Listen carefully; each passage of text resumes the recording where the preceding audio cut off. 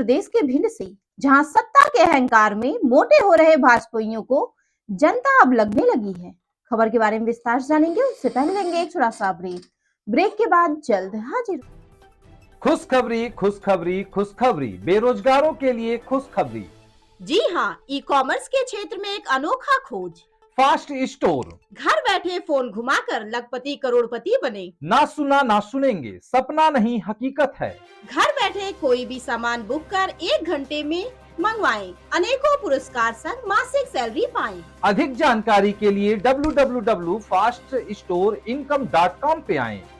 Break के बाद आप सभी का स्वागत है। खबर मध्य प्रदेश के भिंड से, जहां संतोषी माता धर्मशाला में कांग्रेस द्वारा पत्रकार वार्ता का आयोजन किया गया, जिसमें प्रदेश कांग्रेस के आह्वान पर पत्रकार वार्ता के माध्यम से प्रदेश की भाजपा सरकार और सरकार के पंचायत एवं ग्रामीण विकास मंत्री प्रहलाद पटेल द्वारा जनता को भिखारी बताए जाने की ओछी मानसिकता सोच को दर्शाता है, जिसमें प्रदेश की भाजपा सरकार द्वारा प्रदेश की जनता को भिखारी कहे जाने पर सवाल उठाते हुए उसके मुखिया और मंत्रियों पर निशाना साधा गया।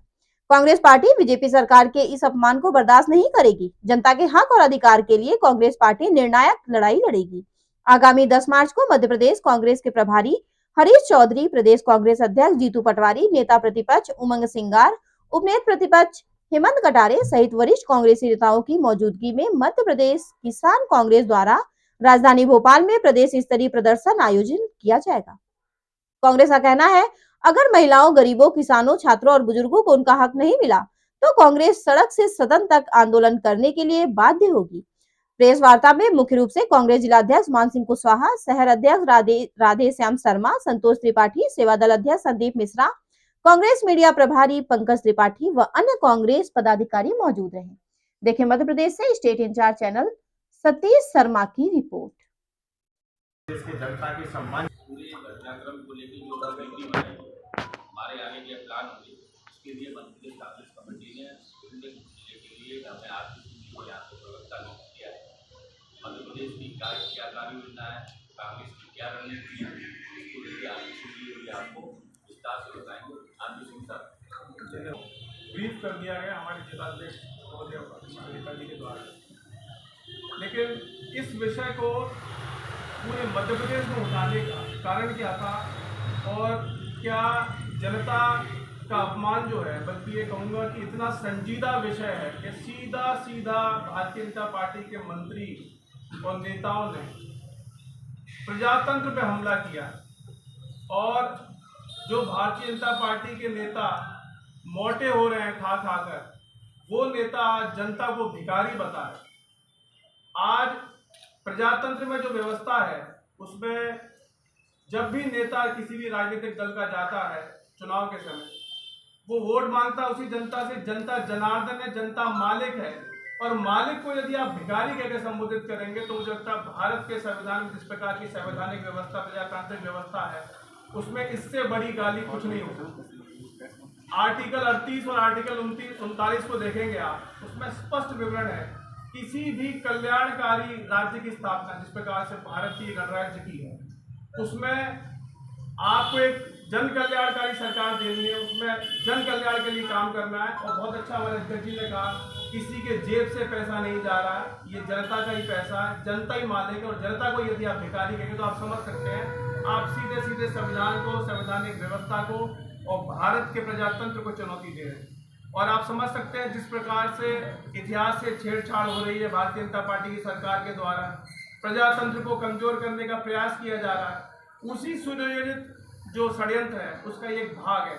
इसीलिए आज हमारे शीर्ष नेता जो है मध्य प्रदेश के जीतू पटवारी हैं, उन्होंने इस विषय को बहुत गंभीरता से लेके और इसी तारतम्य में आप देखें पूरे मध्य प्रदेश में हर जिले में पीसी का आयोजन किया है। क्योंकि आज हम विपक्ष की भूमिका में, तो हमारी जिम्मेदारी है कि आपके माध्यम से, आपके सहयोग से जनमत का निर्माण करके, और ऐसा यदि कोई भी मंत्री अहंकारी है तो उसको ये बता देना कि आज भी भारत में संवैधानिक व्यवस्था है, संविधान है और भारत का प्रजातंत्र बहुत स्वस्थ है।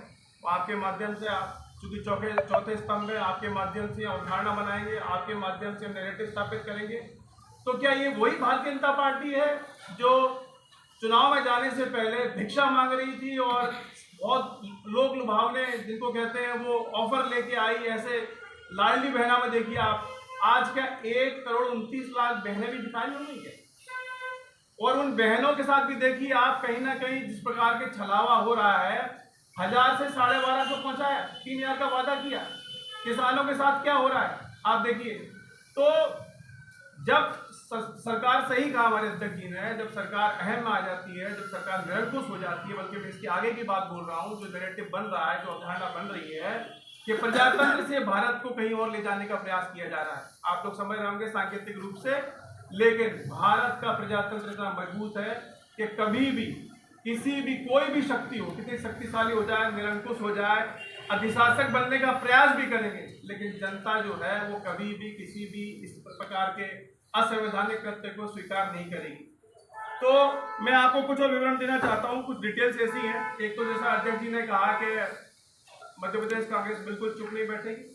5 तारीख से 5 मार्च से लगातार 15 मार्च तक निरंतर आंदोलन होंगे और हम इस्तीफा मांग रहे हैं, हम माफी नहीं मांग रहे हैं। ये क्षमा के योग्य कृत्य नहीं है, इसमें सिर्फ और सिर्फ इस्तीफा। और बल्कि मैं तो कहूंगा कि हम तो चुनौती दे रहे हैं प्रधानमंत्री को और अमित शाह को भी कि ऐसा कृत्य होने के बाद अभी तक वो मूक क्यों है, क्योंकि इसमें संवैधानिक व्यवस्था भी है, इसमें कानूनी पेच भी है कि जो आर्टिकल 38 और 39 है उसकी भी अवहेलना हुई है। आपने जनता को चुनौती दी है ये बोलकर, जनता को भिखारी बता के। जब जन कल्याणकारी सरकार में जन कल्याण करना आपकी ड्यूटी है, आपका धर्म है, यदि आप चुनावी वादा ऐसा कर रहे हैं जिसमें आपके पास ऐसी योजनाबद्ध तरीके से काम करने की बनने की व्यवस्था नहीं है।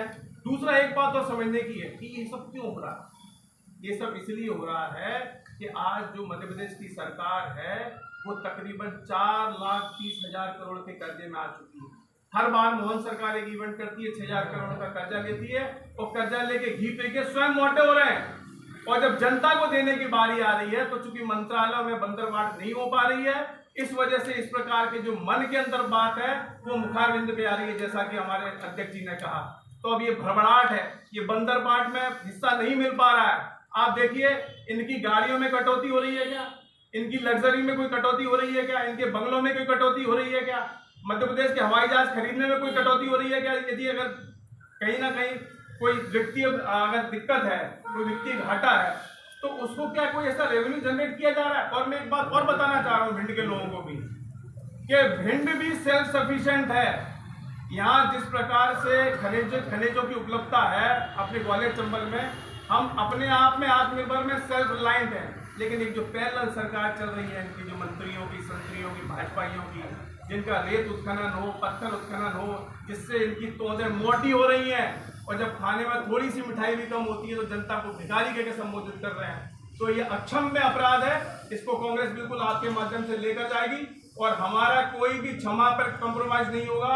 जीतू पटवारी और जितने शीर्ष नेतृत्व है, बल्कि मैं तो कहूँगा अखिल भारतीय कांग्रेस कमेटी का भी, क्योंकि ये संवैधानिक व्यवस्था को भी चैलेंज करने वाली बात है, विषय बहुत गंभीर है। तो इस्तीफा से नीचे कांग्रेस किसी भी बात पे कंप्रोमाइज नहीं करेगी, क्योंकि किसानों के साथ भी छलावा हो रहा है। आप देख रहे हैं जो गेहूं के जो अपने पहले चंबल की है उतनी आप भोपाल और उज्जैन मालवा की भी देखेंगे। तो आपके माध्यम से हम बाकायदा, चूंकि ये तो वीरों की भूमि है, सशक्त लड़ाई लड़ेंगे और आवश्यकता पड़ने पर, क्योंकि ये संवैधानिक व्यवस्था को चैलेंज किया गया है, तो न्यायालय भी जाएगी। कांग्रेस बिल्कुल चुप नहीं बैठेगी।